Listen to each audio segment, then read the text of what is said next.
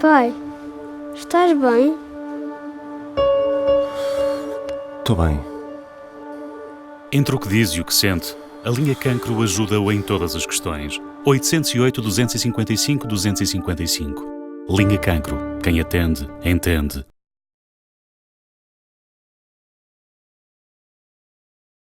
A Santa Casa da Misericórdia de Águeda completa brevemente 2 vidas, porque 160 anos não é para nenhum dos comuns mortais. António José Mota Rodrigues, de 67 anos de idade, natural de Gouveia, mais concretamente de Louriga, é o atual provedor, cumprindo um mandato de 4 anos, iniciado em janeiro deste ano e que terminará em dezembro de 2022. Obrigado pela resposta positiva ao nosso convite. Podemos dizer que o senhor é o responsável máximo pela mais rica instituição do município de Águeda ao nível patrimonial? Ora, muito bom dia. Em primeiro lugar, queria agradecer à TV Soberania a oportunidade que me dá de, neste ano em que comemoramos 160 anos de Misericórdia, de existência da Misericórdia, falar também um pouco sobre o nosso setor social e os problemas que nos afligem no dia de hoje.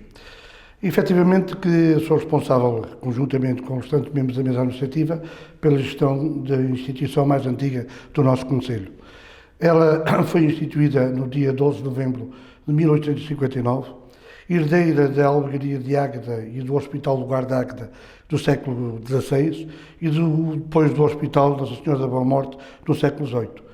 E até que fosse construído o Hospital Asilo Conde de Sena, foi uma obra de um grande benemérito da Santa Casa, já no início do século XX, em que, no início desse mesmo século, depois, meados do século XX, foi acoplada uma ala asilar para acolhimento dos idosos, aqui em Águeda. A essência das Misericórdias, e concretamente da Santa Casa da Misericórdia, vem desde, de facto, o século XV. Foi instituída, foi criada pela Rainha Dona Leonor e as instituições foram se desenvolvendo com o apoio régio. E, embora tivessem liberdade na sua gestão, obviamente que sim, mas fundamentalmente era para acudir a situações de doença, porque, efetivamente, naquele tempo de doença e de abrigo, aos peregrinos e às pessoas sem abrigo. E essa sua função continuou ao longo dos séculos. Hoje já não é assim. A realidade é outra. As necessidades do setor social hoje são mais exigentes e também mais transversais. E é isso que depois nós tivemos também que adaptar essas novas realidades. O senhor já disse que a Santa Casa da Misericórdia de Águeda é a mais antiga instituição do município, mas não satisfez a nossa curiosidade. É também a mais rica instituição de Águeda ao nível patrimonial? Ela é muito rica em valor humano. É muito rica em valor humano. Mas, em termos de património, tem algum património, porque esse património foi-nos herdado. Vem já desde o tempo do Conde de Averralho, o Conde de Sena, em que, efetivamente, e o Conde de Caldeira também, em que, efetivamente, fizeram doar um património muito significativo. Tem havido a capacidade de gestão das diversas mesas administrativas para preservar esse património e é o que tem acontecido hoje. Hoje já não há abonamentos como havia antigamente, é muito raro aparecer.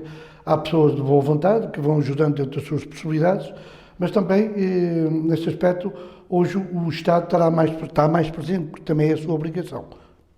Deixe-me colocar algumas questões de resposta breve para que as pessoas que nos estão a ver e a ouvir percebam melhor de que instituição é que estamos a falar. Atualmente, a verba global que a Misericórdia de Águeda movimenta é de quanto? Neste momento, a verba que nós estamos a movimentar em termos anuais é de 4.200.000 euros. Deste montante, cerca de 50%, estamos ali na casa dos 55%, são custos com pessoal.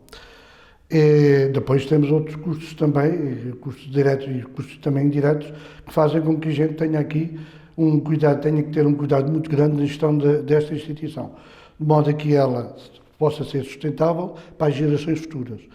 Não é uma instituição que no final do ano possa dar lucros, porque em termos sociais não é esse o objetivo da prestação dos cuidados, é prestar cuidados sim ao menor custo, mas também tendo em conta a eficiência do serviço, isso é que é fundamental, eficiência e qualidade do serviço, e é nessa perspectiva que temos de ter o cuidado de ir gerindo esta instituição.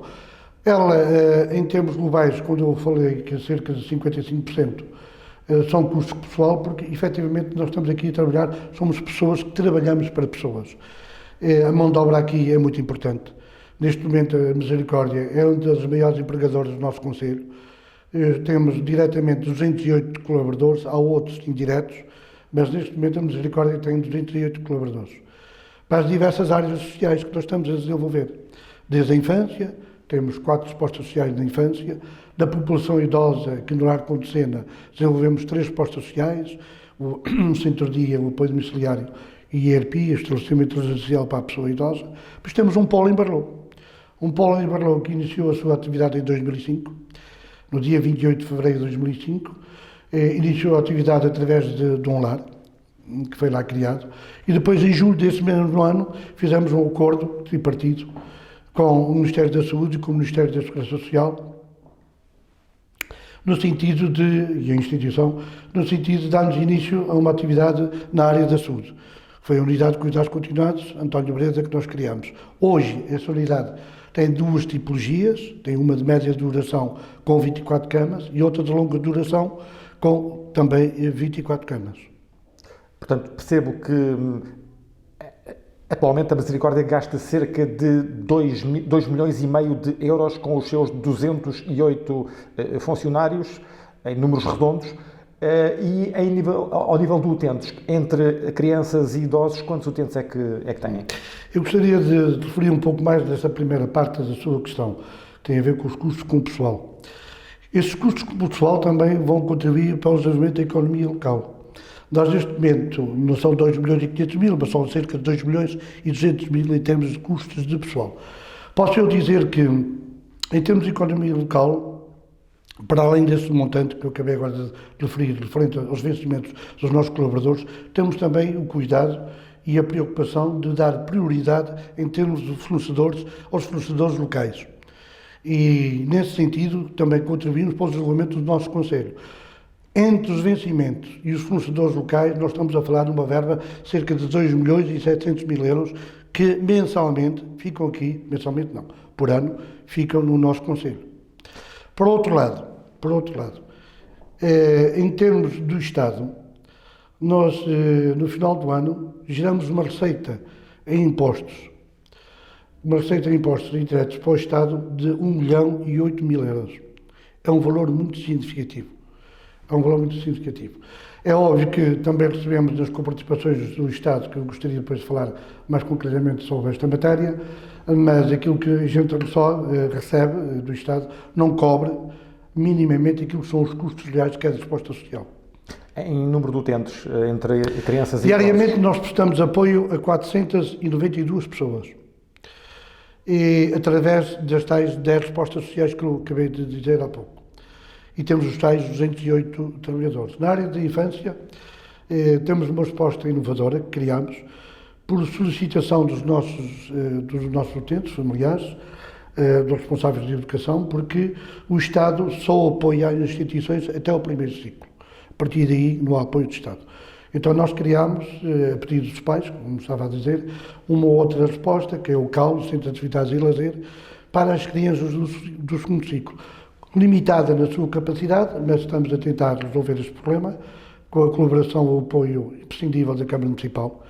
E ainda esta semana, passada segunda-feira, tive a oportunidade de assinar um protocolo com a Câmara Municipal em que esta entidade nos vai entregar o edifício da antiga escola primária, fica ao lado da Santa Casa, para nós podermos ali instalar então esta resposta social, obtermos a sua licença de utilização e assim prestarmos um serviço mais eficiente e com mais qualidade às nossas crianças. E como é que estão as filas das listas de espera? Ainda agora, quando vinhamos para aqui, depois de tomarmos café, o senhor foi interceptado aqui no passeio por uma agdense que lhe questionava sobre a possibilidade de acolher mais uma criança. Sim, exatamente. Sabe que nós estamos inseridos num concelho com um conjunto de instituições muito numerosas, muito significativas, em que, na generalidade das respostas sociais, a procura, em algumas respostas sociais, a procura é muito superior à oferta. Mesmo assim, vou dar um caso concreto, tivemos agora este programa que saiu agora, e que está ainda em vigor, que é o PADS, chamado PADS, em que o nosso Conselho foi excluído, porque o Conselho de nenhuma instituição se pode candidatar a este programa de apoio. Porquê? Porque a nossa taxa de cobertura conselhia é muito superior à média nacional. Apesar disso, como eu disse muito bem, ainda agora fui interpelado por uma senhora que pretendia que, de facto, estava preocupado com uma criança para o pressário. Para nós, felizmente, ano após ano, temos todas as respostas sociais sempre preenchidas, temos uma lista de espera que temos que nos dar uma dificuldade em termos de gestão e que obedece a critérios já definidos em termos de priorização, obviamente, mas que, pronto, não somos capazes de dar resposta àquilo que são as solicitações, tendo em conta que a situação geográfica da própria instituição, estamos no centro da cidade, rodeado por um conjunto de serviços e que os pais também, obviamente, tencionam pôr os seus filhos o mais próximo possível do seu local de trabalho ou da sua residência. Não é? Portanto, têm as vossas respostas sociais esgotadas? Todas. Não tenho nenhuma vaga em nenhuma resposta social. Aqui há uma ressalva que tem a ver com a saúde, porque as camas que eu falei, os tais 24 utentes ou camas, aqui são referidos camas, quer na média, quer na longa, são geridas pela ARS, para a Administração Regional de Saúde. Ou seja, nós prestamos o serviço, mas quem faz a gestão das admissões é a ARS. Nós limitamos a dar o acompanhamento, a tratar a pessoa e quando a equipe médica, a equipe clínica entender que a pessoa já está reabilitada, ou está já capacitada para assumir a sua função, então é ele dada a alta definitiva. Não estando, estará na longa duração. Porque, assim, tirando esta situação, todas as outras respostas sociais estão totalmente preenchidas. Dissipe-nos esta curiosidade. Ao nível da terceira idade, a lista de espera vai até onde? Olha, ao nível, estamos a falar do lar, chamado lar, exatamente. Que neste momento é denominado ERPI. Nós temos uma lista de espera na casa de 180, perto de 200 pessoas em lista de espera. Algumas, nós todos os anos fazemos a atualização da lista, sempre no início de cada ano. As pessoas vão dizendo que estão a aguardar, ou que pretendem continuem também ainda em lista de espera que não querem, por vezes ainda não querem ser chamados, mas querem manter-se em lista de espera, e outros cuidados. Pronto, têm necessidade logo para o ontem, e a gente não consegue dar resposta para o ontem, não é? Mas é com estas dificuldades vamos gerindo dia após dia, tendo sempre em conta que, em termos de critério de priorização, damos sempre preferência àquelas situações mais fragilizadas. Pessoas que não tenham retaguarda, obviamente, terão prioridade relativa, mas pronto, vamos tentando fazer aquilo que é possível. O senhor já disse que hoje em dia não há beneméritos como os de antigamente. Estamos a lembrar-nos de nomes como os do Conde de Sena, do Dr. António Breda. É assim mesmo?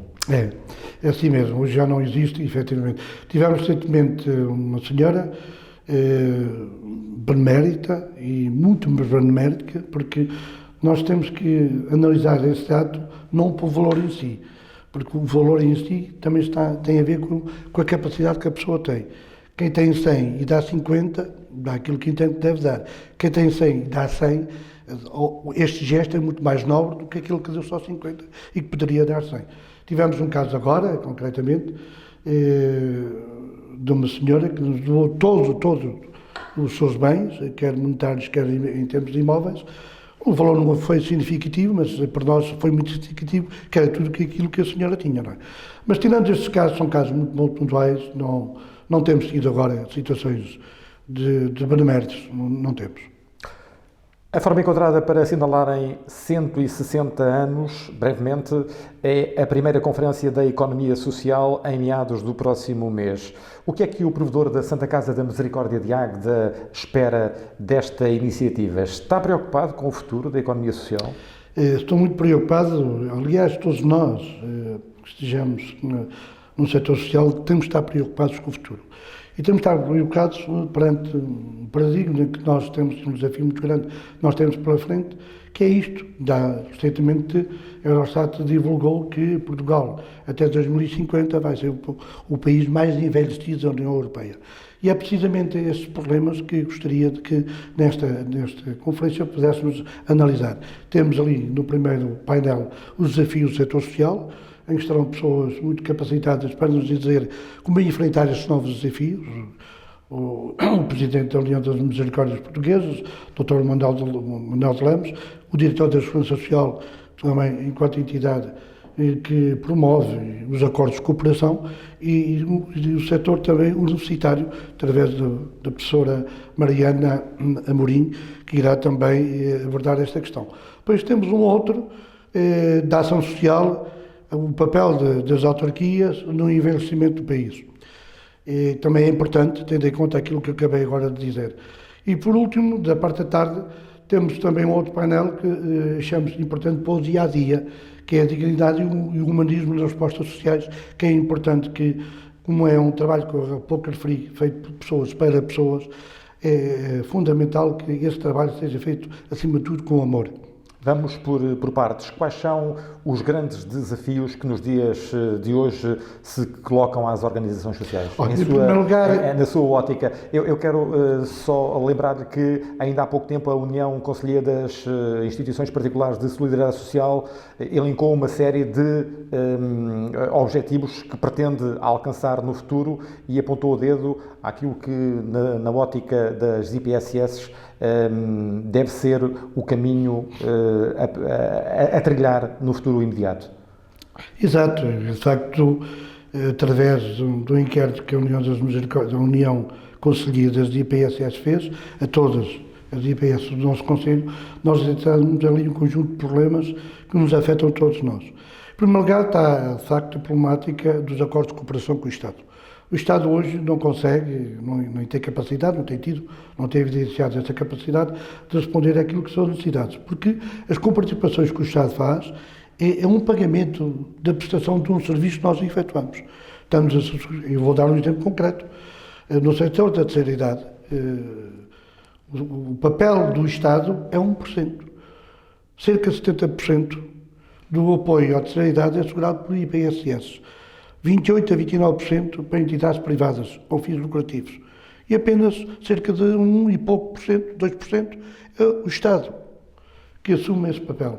Ora, isto, de facto, quando o Estado não assume o seu papel, tem que ser alguém, no caso concreto, da IPSS, a fazê-lo. Os custos hoje são custos que, perante o problemático que nós temos nos últimos anos, e bem da atualização da remuneração mínima, faz com que, de facto, para as instituições, exige um esforço muito grande, porque a comparticipação do Estado não acompanha a evolução dos salários. Isto para dar um exemplo concreto. Ultimamente, o vencimento do ordenado mínimo teve subido cerca de 5%. As comparticipações do Estado não têm ultrapassado 1,5%, com exceção deste ano de eleições, em que pela primeira vez, tivemos uma atualização de 3,5%, 3,5%. Eu vou dar outro exemplo concreto dos desafios que nós temos na área da saúde. A área da saúde, o Estado, desde 2011 até 2018, ou seja, 7 anos, nunca fez uma atualização da sua comparticipação. Foi o setor social, através de IPSS, Misericórdias e o setor privado, que assegurou os custos inerentes a este aumento nestes 7 anos. Em 2018, fê-lo, o ano passado, em dezembro. E agora, em janeiro, 0,6%. Isto para dizer que, de facto, quando o Estado não tem capacidade para assumir os seus compromissos, quem é que vai ter que fazer? Os utentes, as famílias. Há muitas famílias que, efetivamente, não têm capacidade de corresponder àquilo que é um custo real. Nós temos, no caso concreto, indo para a população idosa, o custo real desta resposta de lar são 1.100 euros. Eu tenho pessoas que foram admitidas, casos sociais, a pagar 56 euros. Aos 56 euros temos que acrescentar aquilo que é a comparticipação do Estado, que está na casa dos 365 euros. Porque eu sinto, esta senhora, é uma senhora que se está a tratar, esta pessoa pagará 400 e pouco, e há aqui um desfazamento entre os 420 euros até aos 1.100.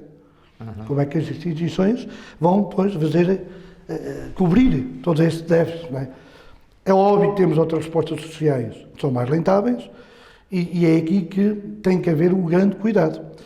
As pessoas que, por um lado, as pessoas podem pagar, devem pagar para aqueles que não podem pagar. Isto é que se chama, de facto, a solidariedade social. E tem que haver um cuidado na gestão muito rigorosa, para que, de facto, haja um controle muito acentuado e muito apertado em termos de aumento dos custos. Depois, por outro lado, também existe aqui outro problema, que é aquele que nós estamos hoje a enfrentar, que tem a ver com a situação das pessoas. Nós, há uns anos atrás, qualquer pessoa que fosse admitida, no caso concreto, para um lar, praticamente era uma pessoa autónoma, embora já com idade avançada, mas tinha a sua autonomia. Hoje isso não acontece. Hoje as pessoas são institucionalizadas, a grande generalidade, não são todas, obviamente, graças a Deus, não são todas, muitas delas com problemas na área da demência. E nós, instituições, quer a instituição, quer o pessoal da instituição, não está adaptado para esta nova realidade.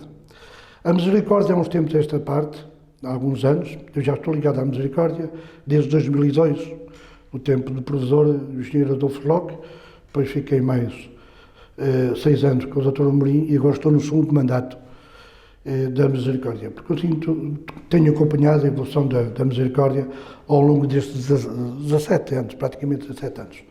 Fará agora, em dezembro, 17 anos. Isto para lhe dizer que, efetivamente, nós temos tido essa preocupação e temos adaptado a essa nova realidade, a esses novos desafios. Através de quê? Através de novos equipamentos, de obras que tivemos que efetuar para a adaptação a estas novas realidades.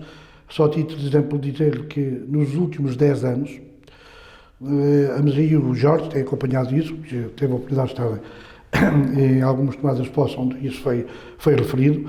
Nos últimos 10 anos, a Misericórdia investiu 6 milhões de euros em termos de modernização do seu equipamento.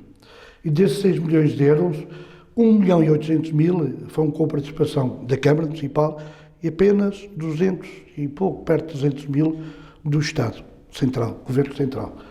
A Câmara aqui tem feito um esforço muito grande no apoio à Misericórdia e às outras instituições, através do programa que está definido.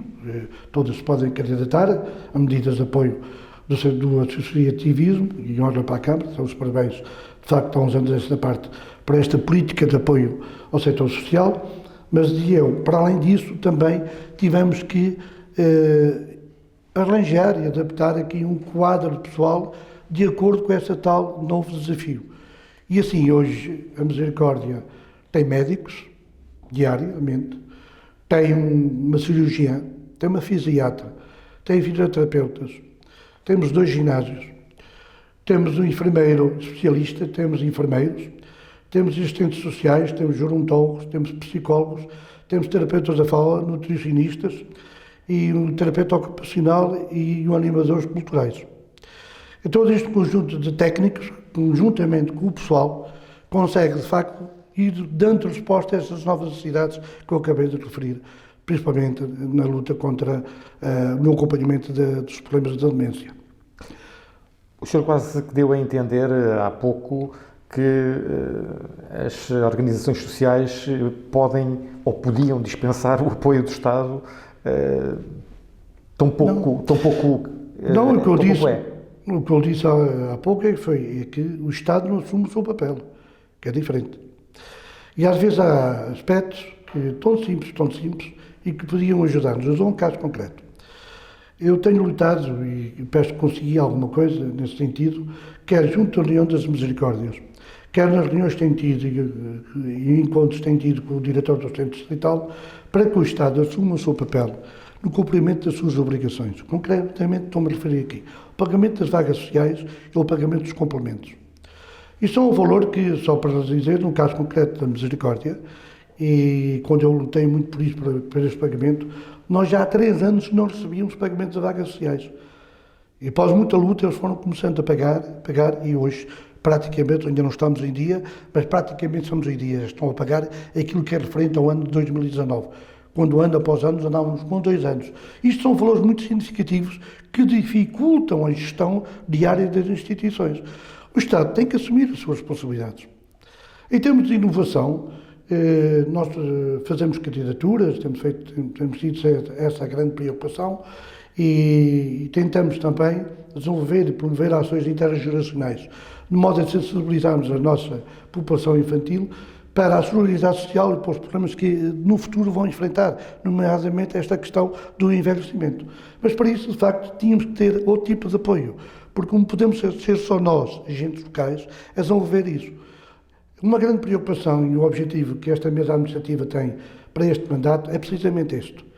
Criámos aqui as condições para, conjuntamente com a autarquia local, com empresas com responsabilidade social, com o ensino superior, criámos aqui uma parceria, uma rede, que possamos aqui desenvolver respostas que vão ao encontro desses mesmos problemas que acabamos aqui a apresentar. Isto é fundamental, já está a ser feito em alguns municípios. Eu ainda há pouco tempo tive a oportunidade de fazer uma visita a um município aqui do nosso distrito, onde estão a desenvolver uma parceria deste ano, porque para isso há apoios através do PO regional, e conjuntamente com uma parceria criada pela Câmara Municipal Local, em que desenvolveram uma resposta inovadora para combate a esta problemática que acabei agora de apresentar. A Santa Casa de Misericórdia, há 3 anos, fez uma candidatura para uma resposta, na altura, inovadora, chamada RELISO, a Rede Local de Intervenção Social. E com o objetivo de quê? Porque nós entendíamos, mesa administrativa, que para dar cumprimento à missão da Misericórdia, cuja missão é a prestação de serviços de qualidade, com um enfoque nas obras de misericórdia, nas 14 obras de misericórdia, tentámos desenvolver esta resposta. E fizemos essa candidatura apoiada pela Comunidade Europeia, desenvolvemos-la e fizemos um acordo de cavalheiros com as restantes instituições aqui do Conselho que desenvolviam uma resposta de atendimento e acompanhamento social para que nós atuássemos só no território do Conselho que não tivesse este serviço. Sejam vítimas de violência, as famílias com pessoas com problemas na área da toxicodependência, na procura de emprego, famílias que tínhamos que apostar na sua inclusão na sua comunidade. Pronto, todas essas problemáticas foram perfeitamente identificadas. Neste caso concreto, nós acompanhámos 861 famílias durante estes 3 anos. Dizia eu, este projeto não teve continuidade. Acaba hoje, infelizmente. Acaba hoje. Podem perguntar, então, e os territórios que eram abrangidos para esta resposta, o que é que lhes vai acontecer? Isso é um problema agora do Estado. Eu hoje vou entregar os processos à Segurança Social, a Segurança Social depois terá que dar encaminhamento a isto. É óbvio que a Câmara Municipal está preocupada com esta situação. E deve estar preocupada porque, em primeiro lugar, também tem que promover também o bem-estar em termos sociais do seu Conselho, conjuntamente com as entidades que trabalham nesta área. Mas não podemos ser só nós. O Estado também tem que assumir o seu papel. E são estas coisas, estas situações muito concretas que, de facto, por vezes sentimos assim um pouco desconfortáveis, porque trabalhamos, desenvolvemos conjuntamente com pessoas que também dão o melhor de si e depois chegamos ao fim e não se dá continuidade a este trabalho. Portanto, segundo percebi, durante 3 anos abriram 861 processos para acompanhamento de situações problemáticas ao nível social que agora não vão ter continuidade. É isso que vai acontecer. Exatamente.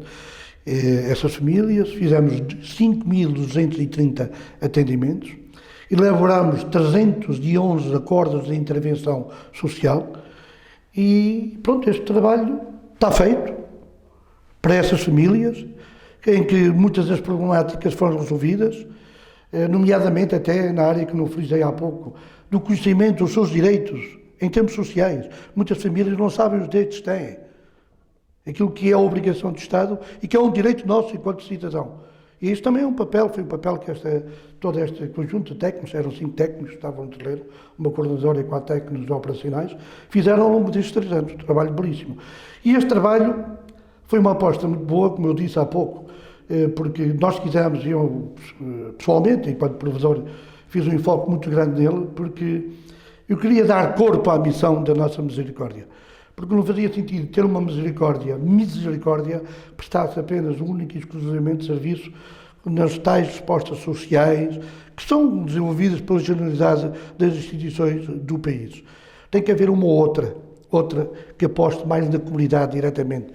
E a grande aposta e a vitória desta resposta teve a ver da maneira como nós trabalhamos. E é isso que eu acho que todos nós, instituições, temos que fazer em termos futuros. Temos de estar preocupados e atentos àquilo que são as necessidades locais. E temos de fazer com que as instituições, as respostas sociais, estejam inseridas na comunidade e não seja a comunidade a procurar ou ir ao encontro das respostas sociais. O que quer dizer com isso? Quer dizer que nós temos cada vez mais efetuar um serviço de proximidade. Foi aquilo que ele fez. Estes 5.230 atendimentos é o resultado das técnicas terem uma viatura, eram 2 viaturas, constituídas por 2 pessoas em cada viatura, e que iam aos locais. E fazíamos atendimento, e aqui aproveito a oportunidade que a TV Soberania me está a dar, através desta entrevista, para publicamente agradecer a colaboração da Junta de Freguesia de Frementelos, da Junta de Freguesia União, das Juntas de Freguesias de Olhos da Ribeira e Tarvassou, da Junta de Freguesia de Massinhata de Voga, do Préstimo e da União de Freguesias da Castanheira, Balasaima e Agadão, que disponibilizaram o seu espaço. O atendimento era efetuado na Junta de Freguesia, porque é o local mais central, para que as pessoas pudessem ir, e os que não podiam ir eram os técnicos que iam à casa das pessoas. O senhor já tocou aqui no assunto que vamos introduzir a seguir, o envelhecimento do país. Isso é muito visível em Águeda. O senhor está assustado com a forma como estamos a envelhecer? Muito. Muito, e é um grande desafio para as instituições, para todos nós e para a comunidade em geral. Nós temos que perceber que o Estado, por si, não tem capacidade de resposta. As instituições deixam de ter, porque não há possibilidade de criarmos mais equipamentos. Não há. Os equipamentos, eu penso que a realidade, em termos de população idosa do nosso Conselho, apesar de haver muitas instituições com a ERP, o tal estabelecimento residencial para a pessoa idosa, todas elas estão preenchidas, porque eu sei, porque é constantemente a pedirem e a ver, no sentido de haver, porque já foram ali e está totalmente ocupada. O que é que nós temos que fazer perante esta realidade? Temos que encontrar soluções alternativas. Se de facto nós não temos capacidade de absorver estas pessoas, tem que o serviço se deslocar, é aquilo que acabei de dizer. Temos que ter, junto destas pessoas, criar novas respostas, através da tal rede que eu também já acabei aqui de frisar, no sentido de criarmos essas tais respostas para que o serviço possa ser efetuado. A título de exemplo, o nosso centro de saúde tem um serviço que é Unidade de Cuidados da Comunidade, em que vai à casa do utente e presta serviço da área de saúde. É isso que as instituições têm cada vez mais. Através do serviço de apoio domiciliário, têm que começar a prestar este tipo de serviço. De modo que as pessoas possam estar na sua residência, juntamente com a sua família, e que seja a instituição ir à sua casa e prestar os cuidados que são básicos, digamos, em termos de higiene e o bem-estar da pessoa. Hoje podemos garantir com propriedade, com total propriedade, que há humanismo e dignidade nas respostas que as instituições dão aos utentes? Já sei que me vai dizer que sim. Jorge, nós, mesa administrativa, temos essa grande preocupação. Não é fácil, e eu, como disse, já estou há 17 anos ligado à Misericórdia e a outras instituições, uma outra instituição do Conselho. Eu sei perfeitamente, e não me canso de referir, todos os anos, no momento que temos de convívio natalício com os trabalhadores, de agradecer a este tipo de pessoas, a estes trabalhadores, todo o humanismo que evidenciam dia após dia ao longo do ano. É, de facto, uma coisa inexcedível. E é isto que, para mim, caso concreto para mim, da minha pessoa, é isso que faz com que eu continue a trabalhar dia após dia e não me canse neste setor. Porque vejo o exemplo dos outros, que é um exemplo de esforço, de humanismo, de dignidade e de amor ao próximo, que eles evidenciam, também é um exemplo para mim. O Hospital de Águeda está instalado no edifício da Misericórdia e isso todos sabemos. Se um dia, por absurdo, o Ministério da Saúde vos devolver o imóvel, vocês estão em condições de dar a mesma resposta que o edifício dá neste momento? Engraçada essa questão, e eu até me estou a rir porque, de facto, é um motivo para tal. Eu tinha que fazer aqui uma pequena resenha, um pouco de história. Antes deste governo, na altura em que era Primeiro-Ministro o Dr. Passos Coelho, nós fomos interpelados nesse sentido, saber se estamos ou não interessados em assegurar os serviços do hospital. Tivemos uma reunião em Trofa, não, concretamente na Maia, tivemos lá uma reunião em que nós e outras misericórdias, em que fomos escutados, de facto teríamos ou não interessados em ver. Eu vou dizer que, na altura, o produtor era o Dr. Amorim Figueiredo e ficámos assim na expectativa de ver como é que as coisas evoluíam, porque estavam já a desenvolver experiências piloto. Entretanto, eu iniciei funções enquanto provedor e manifestei, até no meu discurso de tomada de posse, esse interesse conjuntamente, desde que efetivamente tivessem reunidas as condições e com o apoio, obviamente, da Câmara Municipal, que é aquilo que está agora a acontecer. Só a título de exemplo, dizer que nós temos aqui, muito próximo de nós, duas instituições, duas misericórdias, que assumiram esse papel e que estão a prestar um bom serviço à comunidade, é a própria comunidade que o refere, serviço de excelência, em que estão a prestar esse mesmo serviço a um custo mais reduzido para o Estado e a tirar rentabilidade para a própria instituição. Não sei se o Jorge sabe, mas esses acordos são feitos com um determinado princípio. O Estado olha para o orçamento, vê quanto é que gastou com aquele hospital no determinado ano, tem a média, e atribui um orçamento de 80% daquilo que o Estado gastou. Ou seja, o Estado automaticamente passa a ganhar 20%. A entidade é responsável pela sua gestão com esse orçamento e, mesmo assim, ainda consegue prestar bons serviços e tirar rentabilidade e proveitos para a instituição. Tenho aqui dois casos concretos, que eu sei, estou por dentro do assunto, e sei até os montantes que estão aqui em causa, não vou estar aqui a divulgar, não é interessante.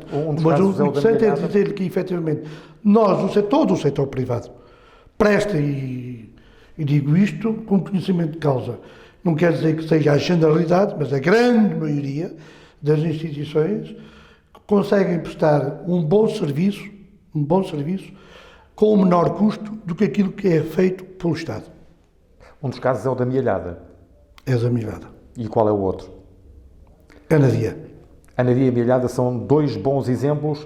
O senhor não se colocava de lado na possibilidade, então, de receber não, e manifestei, como disse, de Águeda? Na altura manifestei de gerir.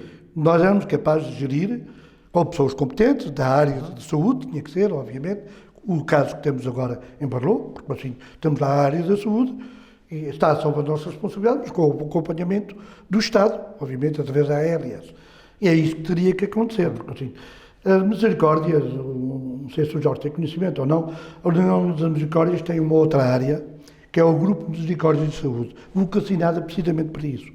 Esse Grupo de Misericórdias de Saúde dá o acompanhamento técnico, às misericórdias para o desenvolvimento do hospital, conseguido concretamente de uma atividade da área da saúde. Durante o tempo que for, é feito um protocolo com esse grupo de misericórdias e depois são feitos os acordos e ali é feita a distribuição, não interessa agora para o caso, mas para dizer que efetivamente nós estamos reunidas as condições para assumirmos esse papel, porque temos capacidade e temos capacidade técnica, como eu acabei de referir, e capacidade também em termos de gestão para assumir esse desiderato. Muito bem. O senhor foi o mandatário da candidatura do movimento independente Juntos em Águeda nas últimas eleições autárquicas, movimento que lidera neste momento os destinos do município. Já aqui deu a entender que está satisfeito com a política social que os atuais autarcas estão a desenvolver, mas tenho que lhe colocar esta questão muito diretamente.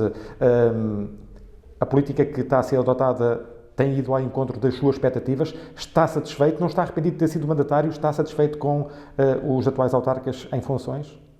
Jorge, nós temos aqui que separar aqui duas vertentes. Uma enquanto provedor, outra enquanto cidadão. Eu assumi o papel de mandatário enquanto cidadão, enquanto munícipe. Mas eu estou-lhe a perguntar se está satisfeito com a política social. Eu vou acabar de responder à sua questão. Porque assim, eu assumi esse papel enquanto cidadão e munícipe de Águeda.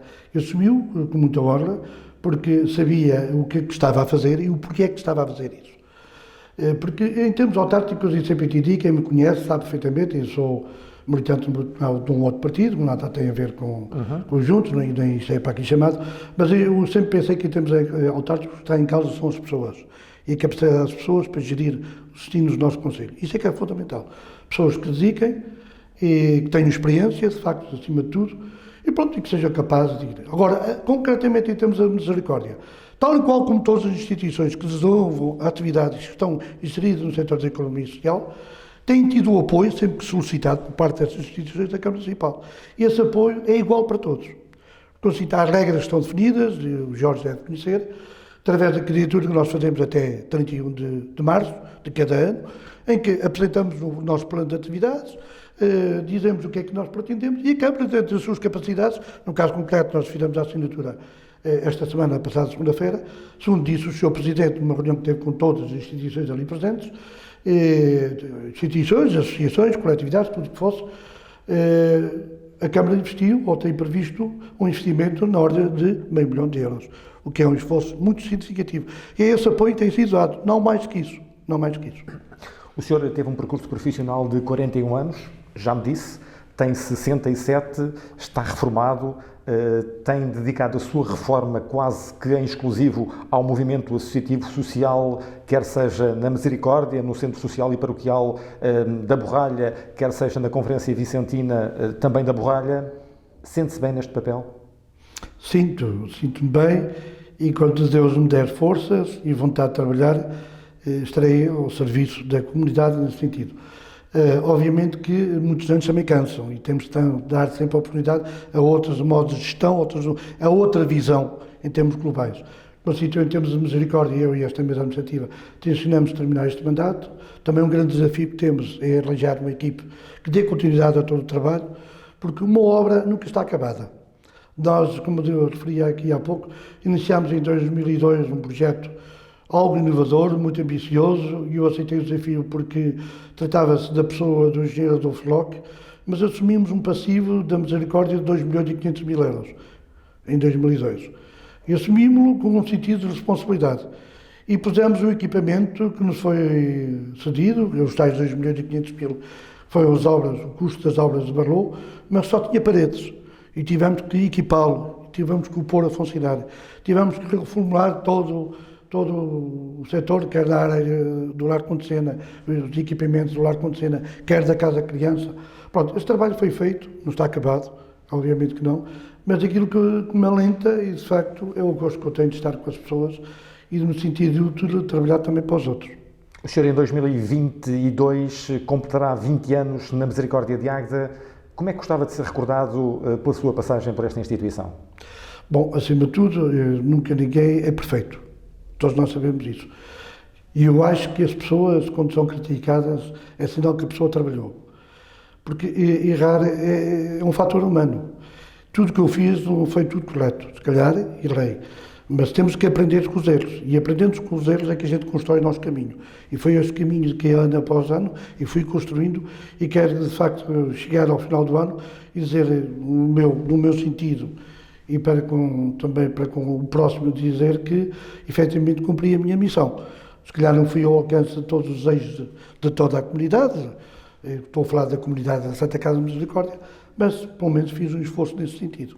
Professor Mota Rodrigues, muito obrigado por ter vindo, foi um gosto tê-lo aqui nesta entrevista, nesta conversa amena e que estes 160 anos da Santa Casa da Misericórdia de Águeda possam repetir-se no futuro com muita dignidade, de forma muito atuante, como tem sido o apanágio até aqui. Muito obrigado, Jorge, e também um obrigado muito sincero à TV de Soberania pela oportunidade de estar neste ano dos 160 anos, como acabou de referir. Falamos aqui um pouco sobre os problemas do nosso setor social. Muito obrigado.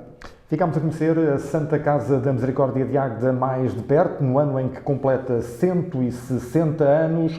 O convidado foi o provedor António José Mota Rodrigues. Na próxima semana regressaremos com um novo convidado.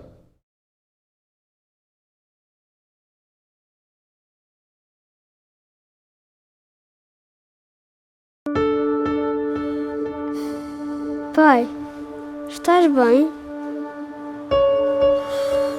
Estou bem. Entre o que diz e o que sente, a linha Cancro ajuda-o em todas as questões. 808 255 255. Linha Cancro. Quem atende, entende.